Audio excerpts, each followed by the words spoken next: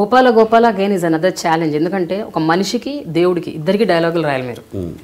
మనిషిలాగా రాయాలి, దేవుడిలాగా రాయాలి. సో సెకండ్ మూవీయే అగైన్ ఒక 2 డిఫరెంట్ కాన్ఫ్లిక్ట్ ఉన్న క్యారెక్టర్స్. దేవుడు చెప్పేది మొత్తం డిఫరెంట్గా ఉంటుంది, మనిషి చెప్పేది డిఫరెంట్గా ఉంటుంది. అండ్ అందులో అసలు దేవుడిని నమ్మని మనిషి చెప్పేది డిఫరెంట్గా ఉంటుంది.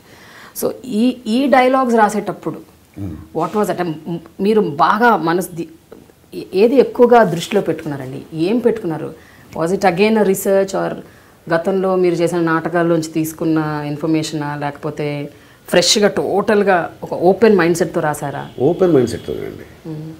అంటే మన పరిస్థితులు మనం తయారు చేస్తాయి, మనం బతికిన జీవన విధానం మనం తయారు చేస్తుంది, మన ఎదురైన పరిస్థితులు మనం తయారు చేస్తాయి. నేను చిన్నప్పటి నుంచి బేసిక్గా కమ్యూనిస్ట్ని, ఆంధ్రప్రదేశ్ ప్రజానాట్య మండలి మెంబర్ని, అభ్యుదయ కళా సమితి, అభ్యుదయ రచయితల సంఘంలో, ఇప్పుడు కూడా ఆంధ్రప్రదేశ్ అభ్యుదయ రచయితల సంఘంలో కార్యవర్గ సభ్యుడిని. ఆ సినిమా నేను చేయడానికి నేను అనుకుంటుంది ఏంటంటే, నాకున్న ప్లస్ పాయింట్ ఒకటి, ఒకవైపు నేను భక్తుడిని, నేను దేవుడిని నమ్ముతాను. నేను కమ్యూనిస్ట్నే కానీ నాస్తికుడిని కాదు.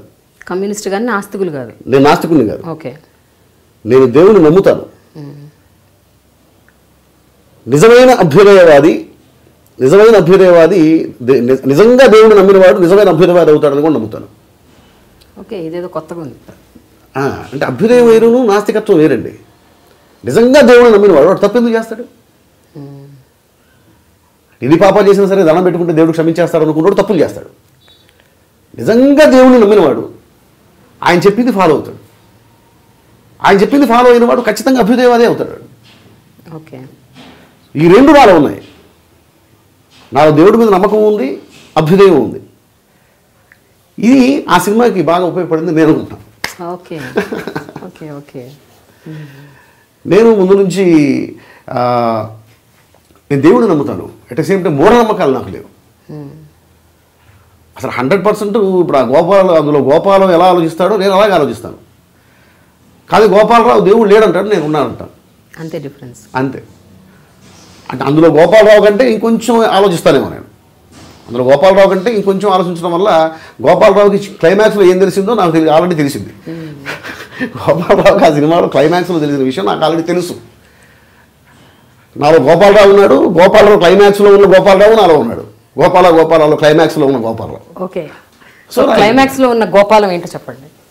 దేవుణ్ణి నమ్మిన అభ్యుదయవాది. ఇప్పుడు నేను చెప్పాను కదా, నిజమైన దేవుడి గురించి తెలుసుకొని, నిజమైన దేవుడి గురించి తెలుసుకుంటే వాడే కరెక్ట్ రూట్లో ఉంటాడు, అభ్యుదయవాది అవుతాడు. భగవంతుడు చెప్పేది అభ్యుదయమే కదండి. కానీ ఆ సినిమాలో కూడా అదే మనకు ధ్వనిస్తూ ఉంటుంది, స్ఫురిస్తూ ఉంటుంది అడుగున. ఏంటంటే వెంకటేష్ క్యారెక్టర్ దేవుని నమ్మకపోయినా,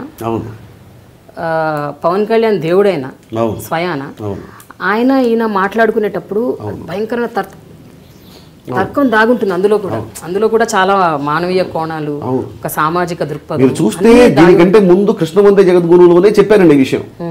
దేవుడు అంటే సాయం. ఈ సినిమాలో చెప్పింది కూడా అదే. దేవుడు అంటే సాయం. ఒక చేప సాయం చేస్తే మత్స్యావతారం అన్నారు, పంది సాయం చేస్తే వరాహమూర్తి అన్నారు.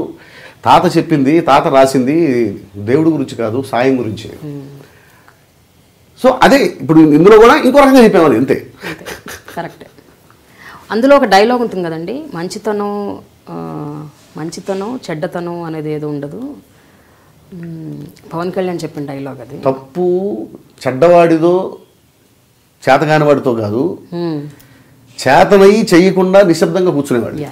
సో అదే చెప్తాను. అంటే దేవుడి చేత కూడా మీరు ఎన్నో, అంటే మనుషులు ఎలా ఉండాలి, ఈరోజు సమాజంలో ఎలా బతకాలి, ఏ రకంగా ఉండాలని దేవుడి చేత ఒక నాకు మానవీయ కోణంలోనే చెప్పారు డైలాగులు. కూడా దేవుడు మనిషి రూపంలో వచ్చాడు కదండి. మనిషి రూపంలో కాకుండా ఆయన రూపంలో వస్తే, పట్టుబట్టలు కట్టుకొని నగలేసుకొని వస్తే ఆ భాషలో మాట్లాడతాడు. ఆయన ప్యాంటు షర్ట్ వేసుకొచ్చినప్పుడు మనలాగా మాట్లాడాల్సిందే. మనలాగా మాట్లాడటానికి ఆయన ప్యాంటు షర్ట్ వేసుకొని వచ్చాడు. అంతే కదా. Watch I dream and subscribe to I dream media.